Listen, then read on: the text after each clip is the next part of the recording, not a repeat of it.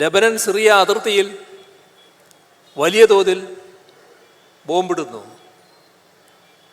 ഇപ്പോൾ യമനിലേക്കും ആക്രമണം വ്യാപിപ്പിക്കുന്നുവെന്ന് കേൾക്കുന്നു.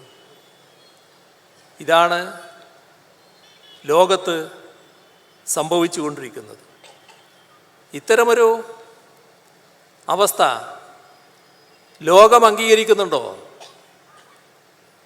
ലോകം അംഗീകരിക്കുന്നില്ല എന്നതാണ് UN ഐക്യരാഷ്ട്രസഭയുടെ ജനറൽ അസംബ്ലി ചർച്ച ചെയ്ത കാര്യം കാണിക്കുന്നത്. ജനറൽ അസംബ്ലി മഹാഭൂരിപക്ഷത്തോടെ ഇസ്രയേലിനെതിരെ പ്രമേയം അംഗീകരിച്ചു. ഇസ്രയേൽ ഈ ആക്രമണം നിർത്തണമെന്നാവശ്യപ്പെട്ടു. അധിനിവേശ പ്രദേശങ്ങളിൽ നിന്ന് പിൻവാങ്ങണം എന്നും ഐക്യരാഷ്ട്രസഭയുടെ ജനറൽ അസംബ്ലി ആവശ്യപ്പെട്ടു. അമേരിക്കയടക്കമുള്ള ഏതാനും ചില രാഷ്ട്രങ്ങൾ മാത്രമാണ് അതിനെ എതിർക്കാനുണ്ടായത്.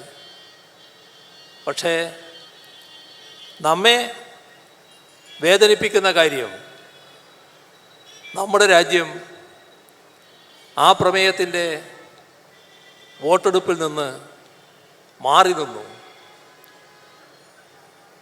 അതിൽ പങ്കെടുക്കാതിരുന്നു. എന്താണത് കാണിക്കുന്നത്?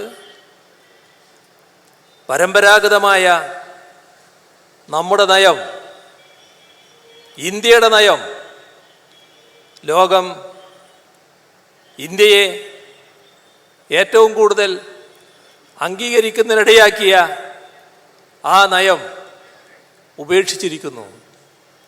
ആർക്കു വേണ്ടി? നേരത്തെ ഞങ്ങൾ ഇസ്രയേലിൻ്റെ കൂടെയാണ് എന്ന് പറയാൻ ഇന്ത്യൻ പ്രധാനമന്ത്രി തയ്യാറായി. ഇപ്പോൾ അതേ നിലപാട് ലോകമാകെ, നിങ്ങൾ പിൻവാങ്ങൂ, ആക്രമണം നിർത്തൂ, അധിനിവേശ പ്രദേശങ്ങളിൽ നിന്ന് പുറത്തു കടക്കൂ എന്നാവശ്യപ്പെടുമ്പോൾ അതിൻ്റെ കൂടെ നിൽക്കാൻ നമ്മുടേതുപോലൊരു രാജ്യത്തിന് സാധിക്കുന്നില്ല. സിയോണിസ്റ്റുകളുടെ കൂടെ ചേർന്ന് നിൽക്കുന്നു. സിയോണിസ്റ്റുകളുടെ കൂടെ ചേർന്ന് നിൽക്കാൻ നമ്മുടെ രാജ്യത്തെ RSSന് മടിയില്ല. RSS നേതൃത്വം അംഗീകരിച്ചിട്ടുള്ള BJPക്കും മടിയില്ല. അതുകൊണ്ടാണ് നമ്മുടെ രാജ്യത്തെ പ്രതിനിധീകരിക്കുന്ന ഇന്നത്തെ കേന്ദ്രഭരണം രാജ്യത്തിൻ്റെ പൊതുവായ നിലപാടിനെതിരായി ഇതേവരെ നാം തുറന്നു വന്ന നിലപാടിൽ നിന്ന് വ്യത്യസ്തമായ ഒരു നില സ്വീകരിച്ചത് എന്നത് നാം കാണേണ്ടതായിട്ടുണ്ട്. ഇത് അതീവ ഗൗരവമായ പ്രശ്നമാണ് എന്നത് നാം ഉൾക്കൊള്ളേണ്ട ഒരു പ്രധാന കാര്യമാണ് എന്നതാണ് ഇവിടെ ചൂണ്ടിക്കാണിക്കാനുള്ളത്. എന്തിനാണ് ഇത്തരത്തിലൊരു നിലപാട് ഇന്ത്യ സ്വീകരിക്കുന്നത്? ഇന്ത്യ പൂർണ്ണമായി അമേരിക്കക്ക് വിധേയമായി പൂർണ്ണ വിധേയത്വത്തിലേക്ക് നീങ്ങിക്കൊണ്ടിരിക്കുകയാണ്. അമേരിക്കയെ പ്രീണിപ്പിക്കുന്നതിന് വേണ്ടിയുള്ള നിലപാടുകൾ എന്തും സ്വീകരിക്കാൻ ഇപ്പോൾ തയ്യാറാകുന്നു എന്നതാണ് നാം കാണേണ്ടത്. അതിൻ്റെ ഭാഗമായി ഇത്തരത്തിൽ നമ്മുടെ പഴയ നയം തന്നെ മാറ്റുകയാണ്. ഇത് ഈ കാര്യത്തിൽ മാത്രമല്ല, അമേരിക്കയുള്ള വിധേയത്വം എങ്ങനെയെല്ലാം കൂടിക്കൂടി വരുന്നു എന്നതാണ് അടുത്ത കാലത്തുണ്ടായ ഒരു പ്രത്യേക സംഭവം കാണിക്കുന്നത്. അത് നമ്മുടെ രാജ്യത്തെ യഥാർത്ഥത്തിൽ ഒരു പരിഹാസപാത്രമാക്കുകയാണ് ചെയ്തത്. നമ്മുടെ ഇന്ത്യൻ പ്രധാനമന്ത്രി റഷ്യ സന്ദർശിക്കുന്നു. റഷ്യയുടെ പരമോന്നത സിവിലിയൻ ബഹുമതി ഇന്ത്യൻ പ്രധാനമന്ത്രിക്ക് സമ്മാനിക്കുന്നു. റഷ്യയുടെ പരമോന്നത ബഹുമതി പുടിൻ സമ്മാനിക്കുന്നു. പുടിനെ നമ്മുടെ പ്രധാനമന്ത്രി കെട്ടിപ്പിടിക്കുന്നു. ഇത്രയും നടന്നത് ഒരു പ്രത്യേക ഘട്ടത്തിലായിപ്പോയി. ആ ഘട്ടം നാറ്റോവിൻ്റെ 75-ാം വാർഷികം വാഷിങ്ടണിൽ വെച്ച് അവർ വലിയ തോതിൽ ആഘോഷിക്കുകയായിരുന്നു. അപ്പോൾ ആഘോഷിക്കുന്ന ഘട്ടത്തിലാണ് പുടിനെ മോദി കെട്ടിപ്പിടിക്കുന്നതും മോദിക്ക് പരമോന്നത സിവിലിയൻ ബഹുമതി പുടിൻ സമ്മാനിക്കുന്നത്. അത് വല്ലാത്ത അസ്വസ്ഥത അമേരിക്കക്കുണ്ടാക്കി.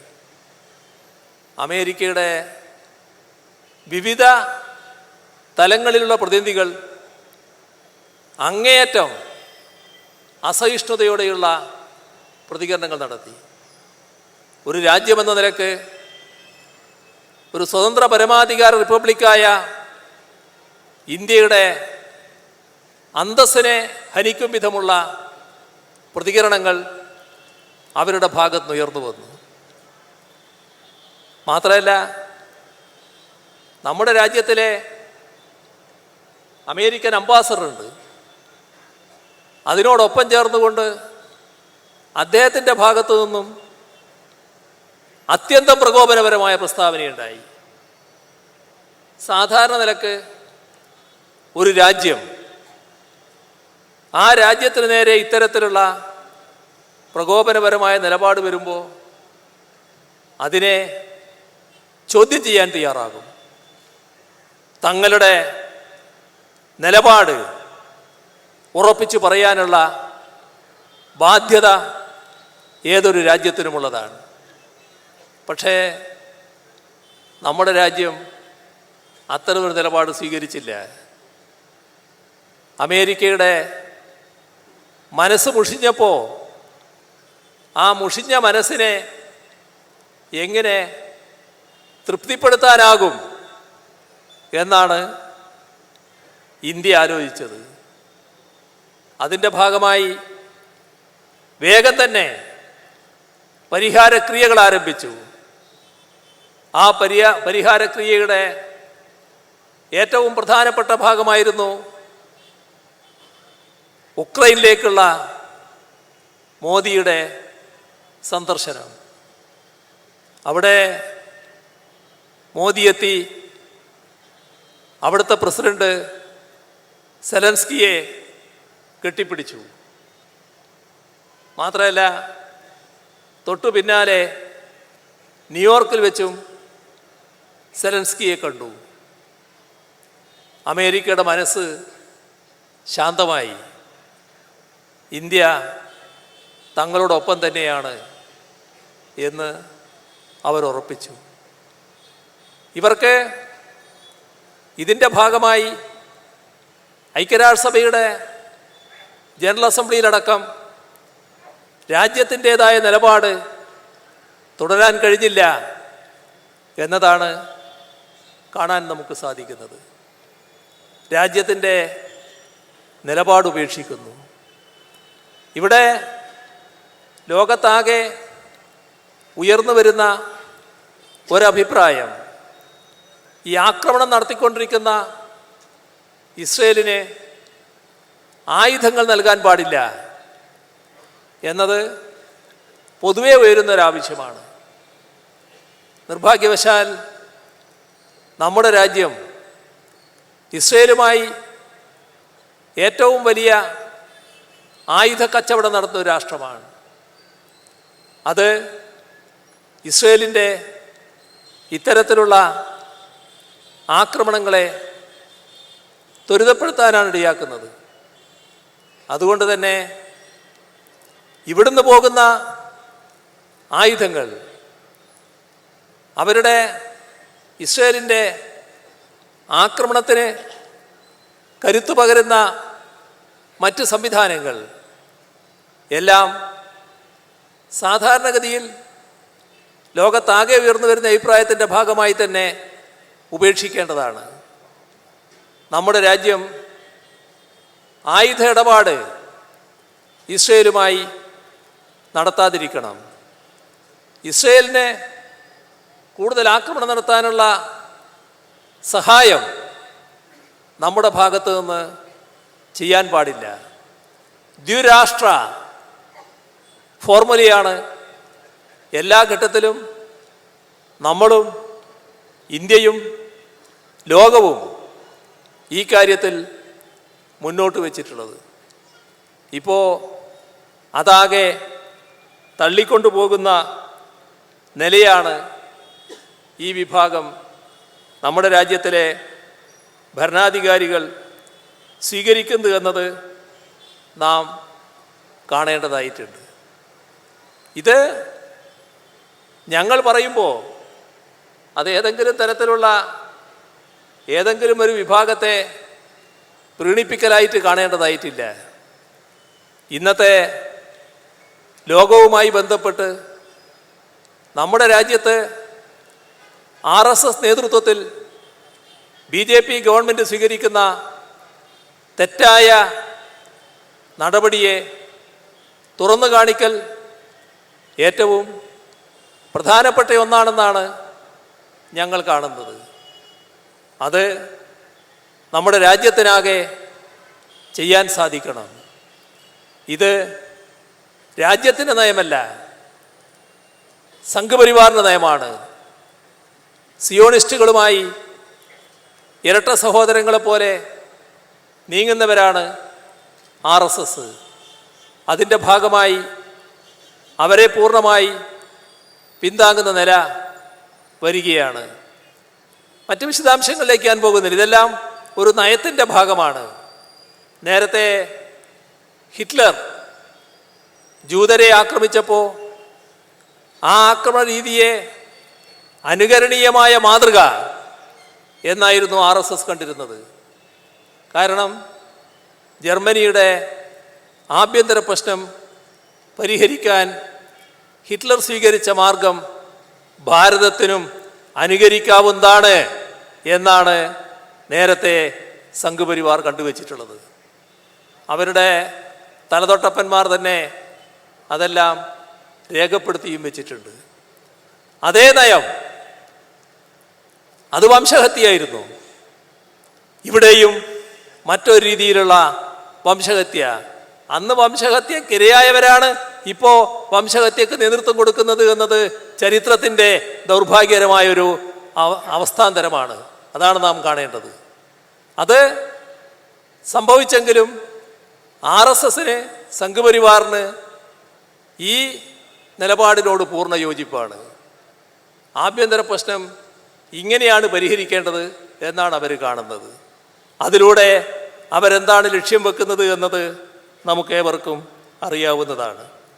ഇപ്പോൾ അമേരിക്കയുമായി കൂടുതൽ സഹകരിച്ചുകൊണ്ട് ലോകരംഗത്ത് അമേരിക്കയുടെ ഏറ്റവും വലിയ പിണിയാളായി പ്രവർത്തിക്കാനാണ് ഇന്ത്യ ഗവൺമെൻറ് നടപടികൾ സ്വീകരിച്ചു പോകുന്നത്.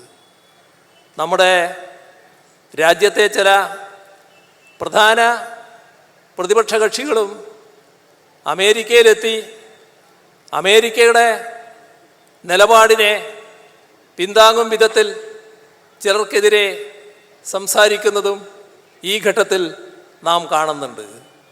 ഇത്തരം കാര്യങ്ങളിൽ കൃത്യമായ സാമ്രാജ്യത്വ വിരുദ്ധ നിലപാട്, രാജ്യത്തിൻ്റെ താൽപ്പര്യങ്ങളെ ഹനിക്കുന്ന സാമ്രാജ്യ നിലപാടുകളെ തുറന്നു കാണിക്കുന്ന സമീപനം സ്വീകരിച്ചു പോകാൻ നമുക്ക് കഴിയേണ്ടതായിട്ടുണ്ട്. നമ്മുടെ രാജ്യത്തെ ഗവൺമെൻറ് ഇപ്പോൾ ജനങ്ങളുടെ കാര്യത്തിൽ അങ്ങേയറ്റം ദ്രോഹകരമായ നടപടികൾ സ്വീകരിച്ചുകൊണ്ടാണ് മുന്നോട്ട് പോകുന്നത്. എല്ലാ തരത്തിലും ജനങ്ങൾക്ക് കൂടുതൽ ഭാരം അടിച്ചേൽപ്പിക്കാനുള്ള ശ്രമമാണ് കേന്ദ്ര സർക്കാരിൻ്റെ ഭാഗത്തു നിന്നുണ്ടാകുന്നത്. അതിൻ്റെ ഭാഗമായി ഏറ്റവും അധികം പ്രയാസമനുഭവിക്കുന്ന കാർഷിക രംഗം, ആ കാർഷിക രംഗത്തെ സഹായിക്കാനും പിന്താങ്ങാനും ഉള്ള നടപടികളല്ല കേന്ദ്ര ഗവൺമെൻറ്റിൻ്റെ ഭാഗത്തു നിന്നുണ്ടാകുന്നത്.